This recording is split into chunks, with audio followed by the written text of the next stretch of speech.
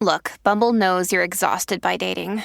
All the must not take yourself too seriously and 6'1" since that matters. And what do I even say other than hey?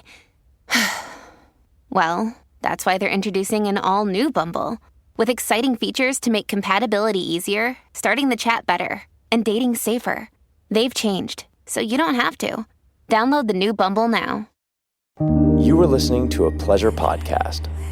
For more from our Sex Podcast Collective, visit pleasurepodcasts.com. Welcome back to Private Parts Unknown, a podcast about love and sexuality around the world. I'm Courtney Kocak, and today we are getting corny. That's right, we're talking about porn, or corn as it's known on social media. And of course, we have the perfect guest. Hey, I'm Cherie DeVille, the internet stepmom, and you're watching me on Private Parts Unknown. You can actually watch Private Parts Unknown on YouTube. The audio version of this episode is already up, along with all the latest episodes. And the video version of Cherie's episode is going to be up soon, so you can check those out. Cherie DeVille is a top MILF performer, and in this interview, we talk about her journey from physical therapist to porn star, the unsexy realities of a porn set, how the industry and social stigma have changed in the 13 years since Cherie started porn, why she doesn't go to swingers parties anymore, and it is not for lack of desire. We talk about the Pornhub documentary she participated in, her thoughts on Pornhub in general, what it's like to get your content stolen, and so much more. Cherie is so smart and savvy. She was an absolute pleasure to chat with, and I learned so much from this interview. So let's get into it. I'm so excited to talk to you. You have such a Same. unconventional path, I feel like, to porn. So for my research, you were a physical therapist first, and then you got into porn in your 30s. Tell us how it went down. Yes, yeah, when I was 32. So basically, I had no idea that I was going to be in porn. It wasn't even on my radar. I was a physical therapist, very, very happy as a physical therapist, but was doing a little bit of modeling, all kinds of different modeling, nude modeling, clothes modeling, like all kinds of stuff. Just for basically like spending money. Physical therapists make an okay salary, but I was ready to make a little extra money. So on the weekends, I was modeling, and I had my profile up on a bunch of different sites like Model Mayhem and sexyjobs.com. I don't even know if these exist anymore. But my current agent, Sandra from OC Modeling, found me on one of the sites and asked if I wanted to come to Los Angeles and shoot some porn. And I was like, oh my God, do I want to go to Los Angeles and shoot some porn?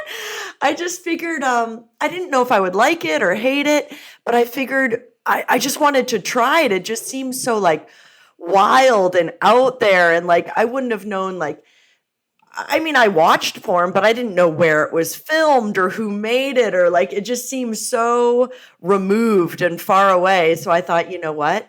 I'm just going to go to LA. I'm going to do the few shoots she has lined up, and maybe I'll never go back. Maybe I'll just have these like DVDs to be like, look at the crazy shit Nana did when she was young. Like, that's it. I had it was just going to be a lark. But I loved it. I went and I loved it. I loved the people. I loved being on set. I loved dressing up. I loved performing. So at first I was just going back every couple of months for a few days, and then like every month for a week, and then like 2 weeks out of the month. And then finally I'm like, I got to move to LA and see if I can really do this. So I think I was like a good 5 years in when I decided to like actually see if I could do this. I'm like, you're doing really well. You're always booked when you're there. Maybe this could be a career, but I kept physical therapy going right up until the pandemic. Actually, I was doing both. Yeah, for the whole time. Yep. Oh my God. Model Mayhem was such a vibe. I was also on there. Yes. So, is it still around? I have no idea. I sometimes find people to shoot with through Facebook. But yeah, that was such an era. It was the amateur, everybody just like hooking up and like all their little contests. It was so cute. I mean, you were in the lifestyle, it sounds like, though, a little bit before the porn offer. Yeah. I mean, I was sexually adventurous. I lived in Nashville. I was going to swingers clubs at least once a week, so I wasn't, prudish about my sexual partners even before porn. So the sex part wasn't the scary part. You know what I mean? I had, in a way, performed in front of people at sex clubs. Right. I've been watched having sex. I've had, partners that I didn't know until we met the day at the club or things like that, for sure.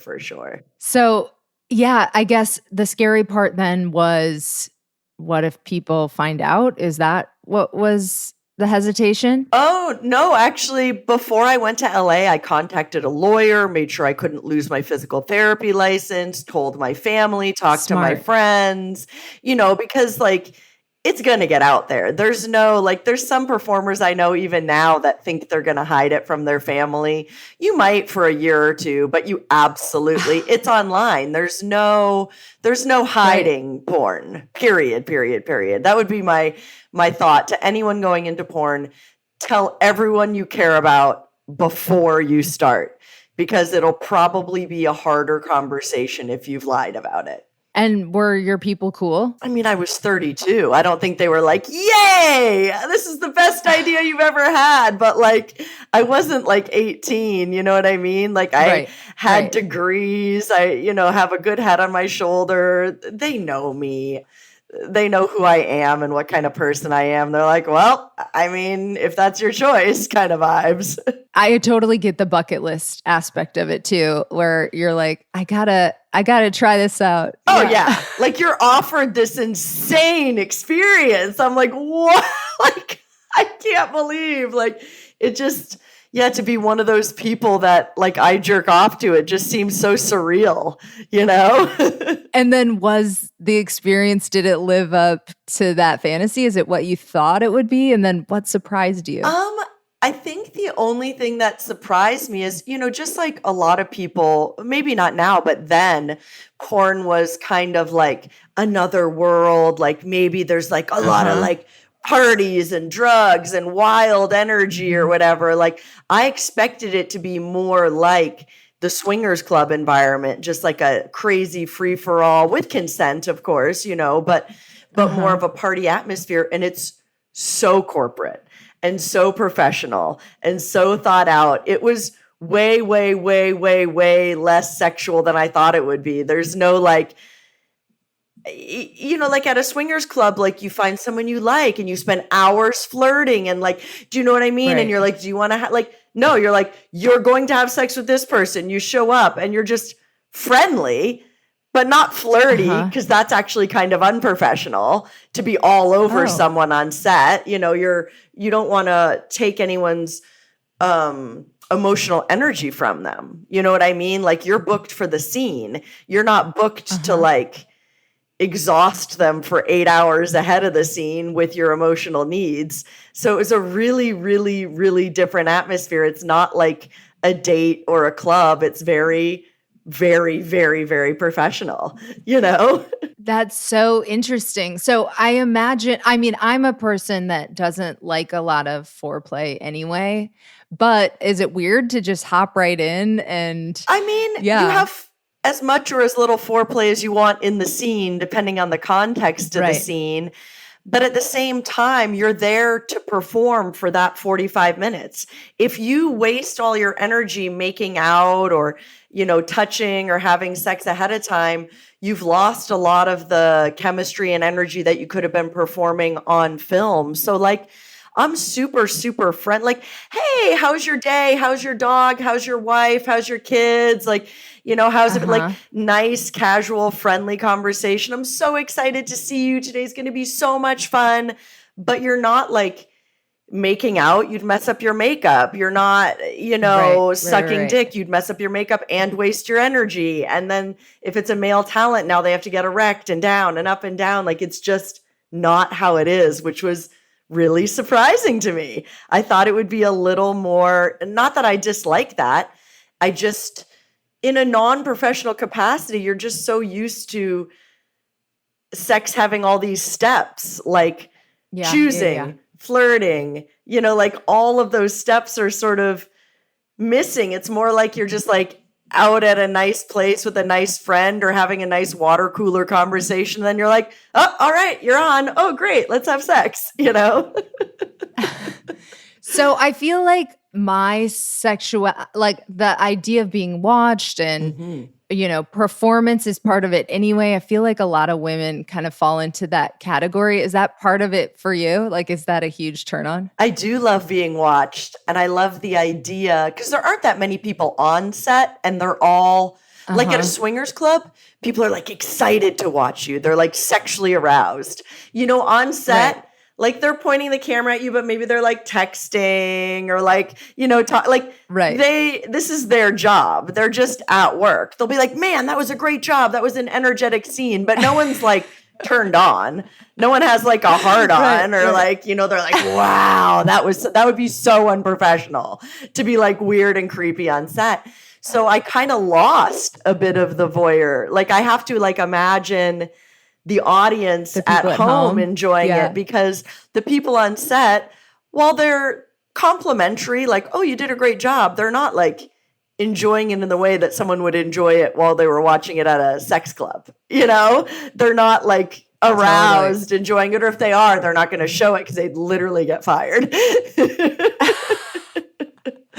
That is such a funny like dichotomy. Yeah. So you started about 10 years ago, I think? Like 13 years ago. Yeah. Oh, wow. Yeah. So how has the industry changed in the more than a decade since you started? Oh my God, so many things. When I first started, really, for the most part, like I had my own .com, my CherieDeVille.com and stuff like that, but 99% of my money for modeling was made on other people's businesses, working for Penthouse, Brazzers, Kink, being on set, getting that paycheck and going home.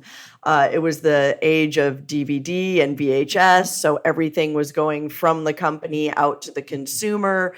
There were some little websites, membership-based stuff, but that was it. Piracy was really, really small, and so people were pretty much the big companies were making their money, the magazines were making their money. And then came, not just for us, but for music, a huge change, which was the advent of the theft-based tube sites, where basically the moment a company would release a scene, it would immediately be stolen by one of the members, just a person that had a membership, and put on, websites. It was basically like Napster. Everyone knows what Napster was for music. Everyone knows that it gutted the music industry, ruined everyone's income, closed down a lot of small creators. And it did the exact same thing for porn. People were going out of business left, right, and center. Salaries were being gutted. Everyone's work was online for free. It was impossible to make money.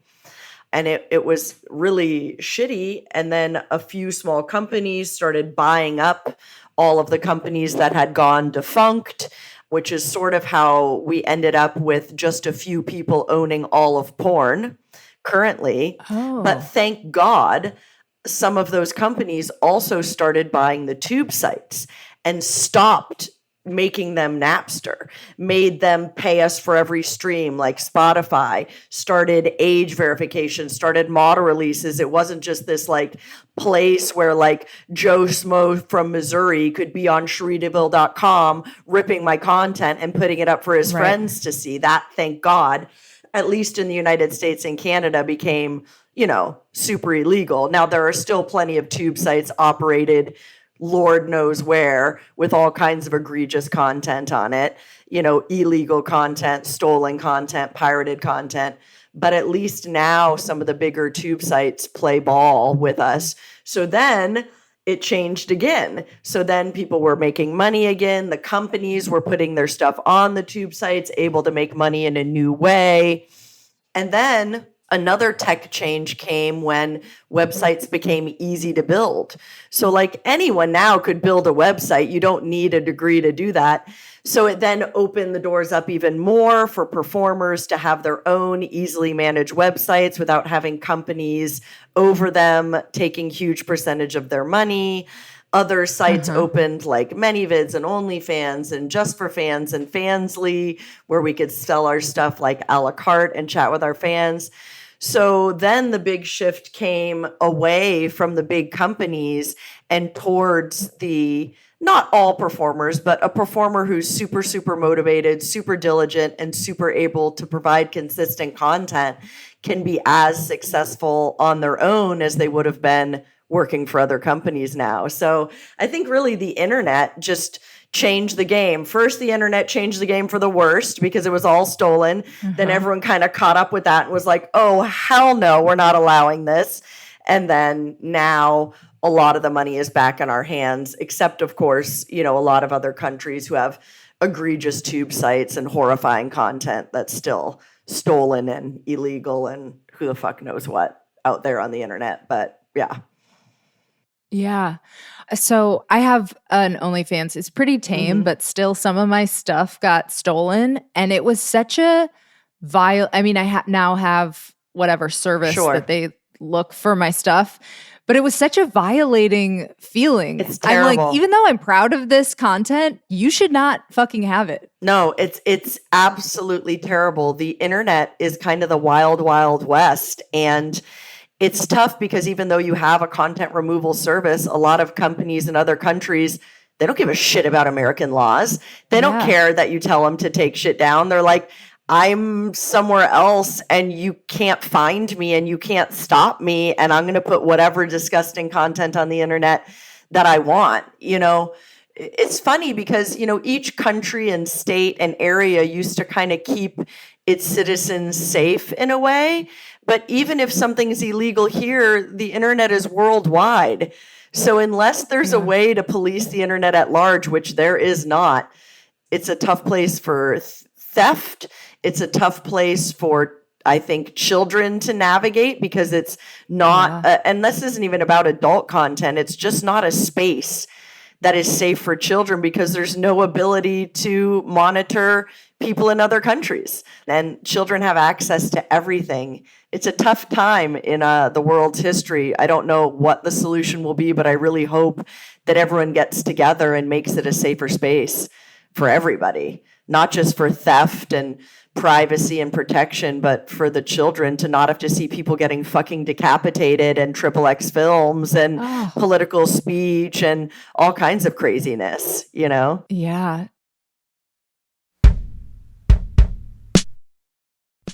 Hey, privates, if you ask me, nothing stinks more than getting stood up, except maybe body odor. That is why I'm so excited to tell you about Lumi Whole Body Deodorant. Unlike certain other deodorants, Lumi is powered by mandelic acid to control odor in a new way.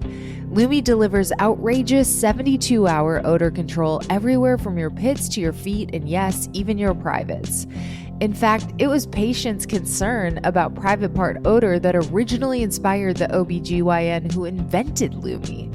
Fast forward 6 years later, and her game-changing whole body deodorant has now earned over 300,000 5-star reviews from people like me who love feeling confident from head to toe. And by the way, I have a special offer for you. New customers get 15% off all Lumi products with my exclusive code and link. So use code PPU at lumideodorant.com. That is LumiDeodorant.com. And you get 15% off everything, literally everything.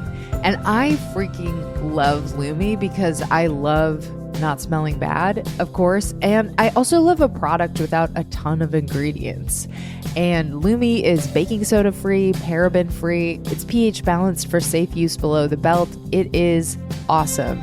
And they also have a variety of fresh, bright scents to choose from, like clean tangerine, lavender sage, or toasted coconut. I use clean tangerine and toasted coconut pretty much every day. And you can try it too, because Lume's starter pack is perfect for new customers. It comes with a solid stick deodorant, cream tube deodorant, and 2 free products of your choice, like the mini body wash and deodorant wipes. The deodorant wipes are awesome if you are traveling or camping or just need to freshen up on the go, and they offer free shipping. So as a special offer for Private Parts Unknown listeners, new customers get 15% off all Lume products with our exclusive code. And if you combine the 15% off with the already discounted starter pack, that equals over 40% off their starter pack. So use code PPU for 15% off your first purchase at lumedeodorant.com. That is code PPU at LumeDeodorant.com. You will be smelling so fresh with Lume.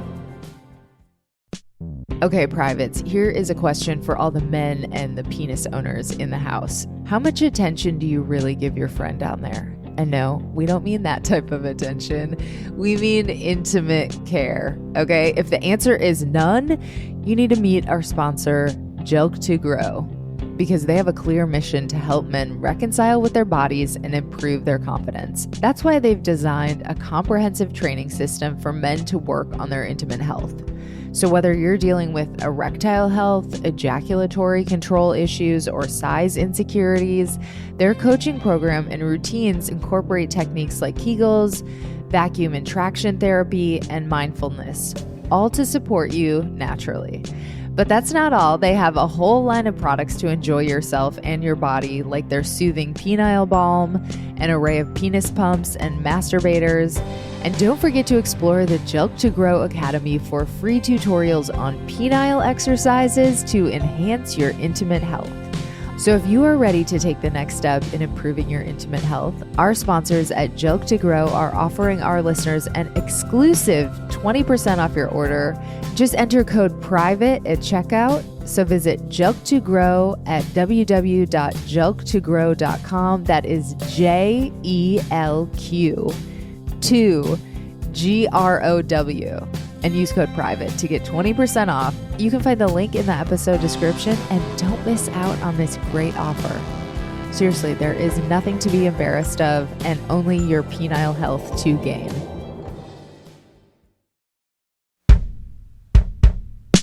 So, okay, we talked about how the industry has shifted. How do you feel about the cultural acceptance towards sex work in general? Like, has that changed over the course of the time you've been doing it? Yeah, I feel like the stigma is decreasing a lot, although we still have a lot of trouble finding banks, getting loans.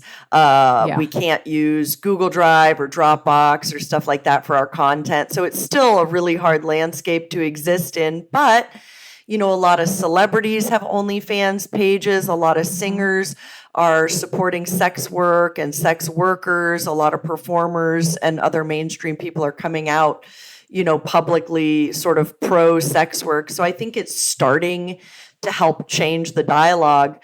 But just like everything, when you start pushing in a direction of more freedom, we're seeing a lot of the conservative people pushing back harder than they ever have before with, you know, things that they say, oh, let's help protect the children, which obviously I'm for, but they're doing it in a way that doesn't protect a single child. It's just a blatant war on porn dressed up as a way to protect children so that people vote for it. But it has zero value protecting children and tons of implications in harming pornographers, especially people at, like, I'm in a very privileged place in sex work and as a sex worker, But these laws historically have harmed the most underprivileged, the most underfunded, the people of color, the trans people. Those are the people that are getting harmed the most with these absolutely horrible laws. They think they're coming after Pornhub or the bigger people, but those people will never get harmed. They're multi-billionaires.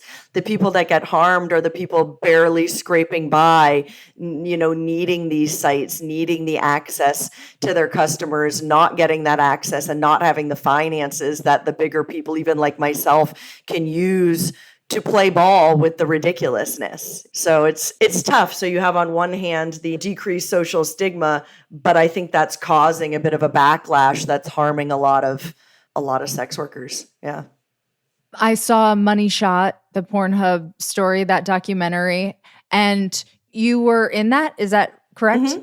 Yeah. So I booked this interview way after I saw it. So I was like, oh, that's so interesting. And you were talking a little bit about kind of some of the stuff that we've been talking about in this conversation, but tell listeners about that documentary and kind of a little bit more about the commentary that was discussed. Yeah, so I don't know if you've seen a lot of or any other documentaries that talk about sex work. And even though I can say some complaints about that documentary, overall, it was by far the most humanizing. It let sex workers talk about ourselves. Usually they don't want to listen to us talk about us. They listen to non-sex workers talk about sex work. So, so one beautiful thing is that they let us speak for ourselves, which I found very humanizing and wonderful. And I feel like while they gave our opponents quite a platform, I think that our opponents sort of shot themselves in the foot. They made themselves look like the idiots that they are. And I think that their false narrative quickly unraveled, even with a few questions, by the documentary makers. So I hope that people looking at it with a critical eye can kind of see through a lot of the bullshit and recognize that these people really have one agenda, and that agenda is making all adult content illegal. And I think that we can look at history and know that sex work is never, ever, ever, ever, ever going to go away. So if you push it underground, all you're doing is creating a space for the bad players to play, a space for child porn, a space for non-consensual porn, a space for all of the things that we legislate out to exist. Because if everything is illegal, then how are the consumers going to know what ethically produced porn is? How are they going to know everyone was over 18, everyone was consenting, everyone was happy on set, everyone was joyful? You know that because when you watch porn, because we have legal porn, because we have things that we mandate, you can have confidence that when you're watching a legally made production, that it is ethically made and that the people are happy. If porn became illegal, you don't know then if the porn that you're watching, someone was forced. You don't know how old they are. You can't consume it ethically, and it'll still exist in the same quantity as it does today. So even logically, their message is flawed. They want to get rid of illegal sex work, knowing full well that all it will do is increase the prevalence of the very things that they pretend to hate. It's a religious fight, like against a witch, back in the days, it's for some reason they seem to hate people that go against their particular religious values. And they really, really, really, really hate proud, independent, wealthy women doing things in an autonomous way with their bodies and in a proud way with their bodies that they're not for religiously, it seems. Yeah. How do you think Pornhub is doing as a company? I mean, they really, because they had such good PR for so long, they became a household name. And even though they aren't at all the largest tube company on the internet, and they're certainly the tube company with the least offensive material because they police it so heavily, they are unfortunately have gotten the brunt of a lot of this, these righteous people's anger. And it's so funny because if you did shut down Pornhub, you'd have the sites left that are stealing our shit, that have child pornography, that have revenge porn, that have no model releases, that have no age verification, that have no checks and balances to make sure that everyone is safe. So again, Pornhub is, I'm sure, feeling the brunt of all of this pressure. And the irony is, if these people win, terrible content is going to be on the internet and is going to take up the vacuum that they leave behind. These tube sites in other countries exist. They steal our stuff. They don't check ages. They have no model paperwork, no 2257s, no checks and balances. Like, why in the world are they going after the company that, honestly, Pornhub's a pain in the ass to use because they're so fucking strict on their paperwork. And I love it. You know what I mean? Or even OnlyFans. A friend of mine got a surgery on her labia and they took down a bunch of her content because AI was saying it wasn't her. And I say, yes, that's very annoying, but thank God. You can't just say, oh yeah, that's Cherie DeVille and then put another woman there and, have false paperwork. The technology is there for this stuff to never happen. Why are you damning the sites that are using it so effectively to make sure that trash doesn't end up on the internet? Why are you hurting the sites where a customer can go knowing confidently that they're ethically consuming porn and that no one is being harmed in their jack-off session, Yeah. Oh, wow. That's incredible that the technology is there. Yeah. I mean, AI is there. Yeah. They're like, that's not you. Tag the performer. She's like, it's me. It's me. Here's a note I from just my have doctor. a new vulva. That is so funny. Okay, so you are the internet stepmom. Tell us about working as one of the top porn stars in the MILF category. What is a day in the life, a week in the life? How often do you work? What is a shoot like? Yeah, so for my content, I launch 12 scenes a month for my fans. And I also shoot 2 scenes a month for a company called Brazzers. Mm-hmm. But I consolidate a lot of my shoot days. So if I go to work, usually I shoot more than 1 scene a day. So I'll shoot 4 solos in a month, 4 boy girls and 4 girls in a month. So a normal shoot day would be, say you and I were doing a collaboration. We'd get to set maybe around 8 a.m. We'd do our hair and our makeup. We'd get ready for our first set of photos. We'd decide on a theme and an outfit.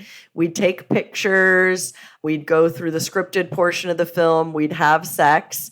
Then maybe stop for a little break. Then we'd either continue to do maybe another scene or 2, or perhaps we'd have a boy come, do a scene with them, maybe wrap up the day with a couple solos. So in an easy 8-hour day, I try and at least get 3 scenes done if possible so that I'm not working, an egregious amount on set, since there's still editing, uploading, podcasts for exposure. There's a lot of other things that I do with my days other than shooting. So I think 10 days a month of shooting is pretty much a good month for me. Yeah. Yeah. Do you do your own editing? Depends how easy it is. Yeah. Some of it. Yeah. And you're handling all the you're the businesswoman behind the scenes too. Is that right? You run your own pages? Yeah. So in the past couple years, I've hired a lot more help, but I still am I gave up my Twitter for the most part. I log on every day to comment, but I'm not the one posting. I just design the posts. I still do my Instagram on my own. I do 2 of my TikToks on my own. Somebody else runs a bunch of burner accounts for me. I create all my YouTube content, but I don't upload or tag it anymore. So it's a mix, I'm starting to be able to delegate a little more of my tasks, but I do keep it pretty hands-on because I know what I like and I know what my fans like at this point. So I want to make sure, they're getting what they came for. You know what I mean? Yeah. Do you like controlling? Because when you first started, you were working for these brands. Is it your preference to be able to control the presentation and the branding and all that? Well, it's fun to get to do whatever I want every single day. Right. And, instead of getting a one-day paycheck and letting it go, these scenes that I own make me money forever and ever and ever. I sell them first Totally. across multiple platforms, then I put them across the internet on clip stores, and then finally I put them on the ethical tube sites where they make me residual income with every view for the rest of my life. So it's a much better long-term business model to create your own content because you make money on it for forever, for all of time. Yeah. Yeah. I find that whatever, it would be nice to do some of my writing and whatever for other people, but I do love controlling kind of every aspect. It's hard to give that It up. is. And like making your own schedule and doing what you want and whatever time off you want. It's just the freedom is hard to give up. Yeah. I think it would be really hard to go back to traditional studio work full time. And it would also be hard to go back to physical therapy full time because the 9-to-5 grind with so little time off would be a tough pill to swallow now, even though I loved it when I was doing it. Once you get these luxuries, it's hard to give them away. Oh, for sure. So your bio says you live with your partner. Mm-hmm. I'm just curious about, shooting like 10 days a month. Does it have any impact on your regular sex life, or is it just a non-issue? I mean, there's small things. Like if I was going to go to work, I wouldn't want to get a cream pie in the morning, for example. That'd be like rude to your coworkers, in my opinion. Or if I have like some sort of like crazy bondage day where my body is like really, really sore, that would probably be a day where I wouldn't be in the mood for like sex. But for the most part, my work days are easy, and at-home sex is nothing like camera sex, at least for me. While I have a lot of friends and colleagues that I like and I enjoy my time with them, the intimacy is not the same. You're in a room full of people watching you. It's not the same emotional experience, so it doesn't feed me in the same way. Orgasms are great, but I can get that masturbating. Intimate sex has a special and unique place for me. Do you still have bandwidth for the sex parties, or are you like, I get it at work, I'm good? I do have bandwidth for it, but I don't do it anymore because our testing is so, again, like there's no rule against it, but like if I went to a sex party on a Saturday, like, are all those people tested, and are they tested at the very few centers that are pass approved? We have really specific tests done in really specific ways and really specific time frames.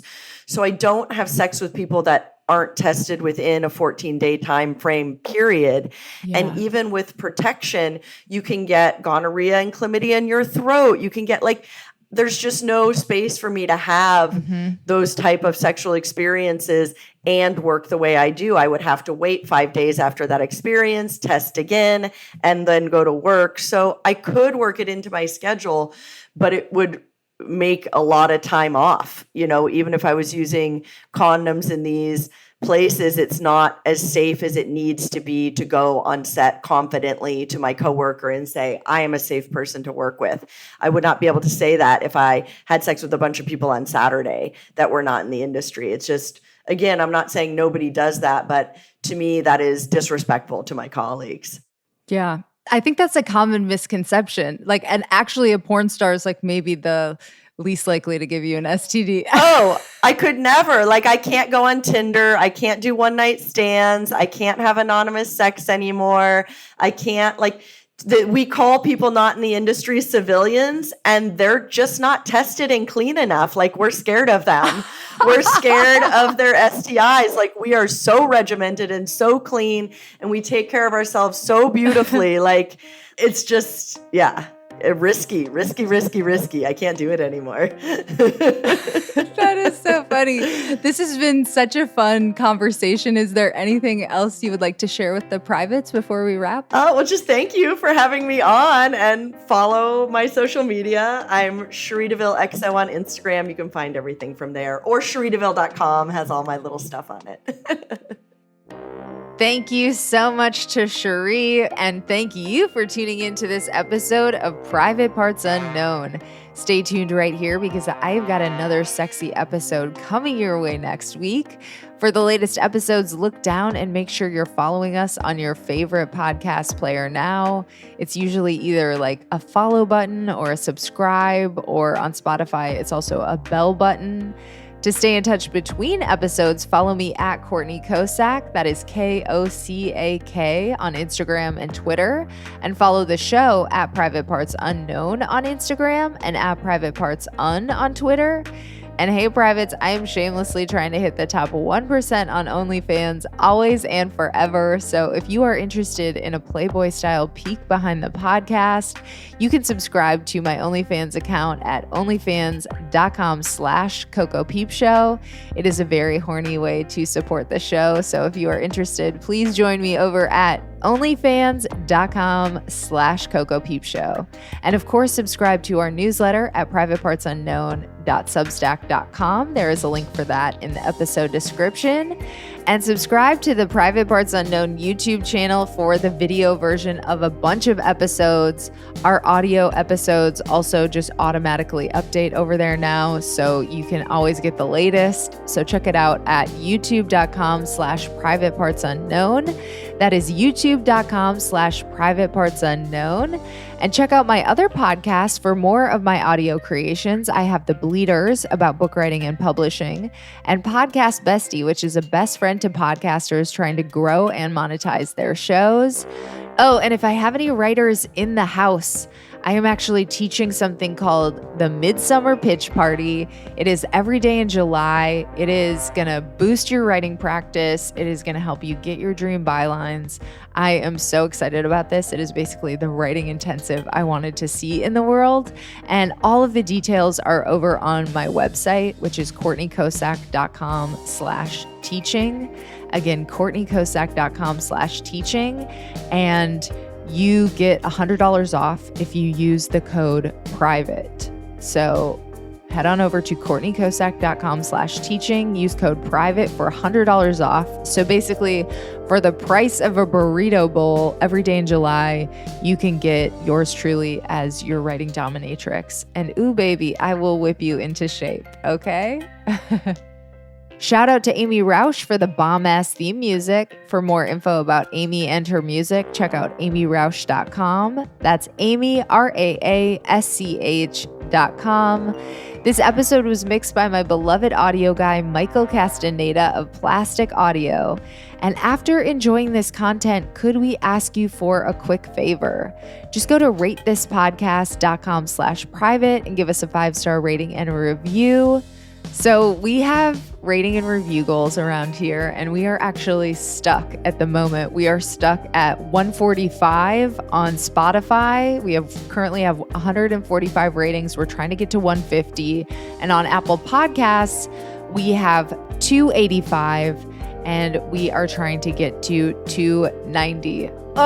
We just need 5 more on each platform. So wherever you are listening, you can help us out. On Spotify, you can go to our page and go to that little hamburger sign, those 3 dots, and click that, and then click the rate podcast, and then click all 5 stars. And no matter where you are listening, you can go to ratethispodcast.com/private, and you can rate the show on several platforms through that website. So again, ratethispodcast.com/private. It really is important, you guys. It helps other people find the show. It boosts us in discoverability. It really provides a lot of social proof that helps us book amazing guests. And most importantly, it makes me feel amazing. So again, head on over to ratethispodcast.com/private and give me all your compliments. And hey, there is one more way you can help support the show. We are now on the Fountain app. So if you are listening on Fountain or another V4V platform and you get value from the show, you can support us by sending a boostagram.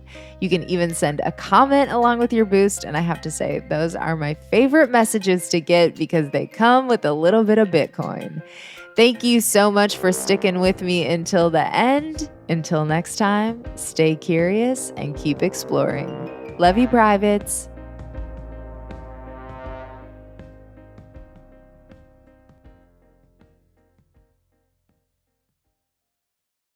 When you visit Arizona, time is measured in moments, not minutes. Like the moment you see the Grand Canyon for the first time. Visit a new state of mind. Learn more at hereyouareaz.com.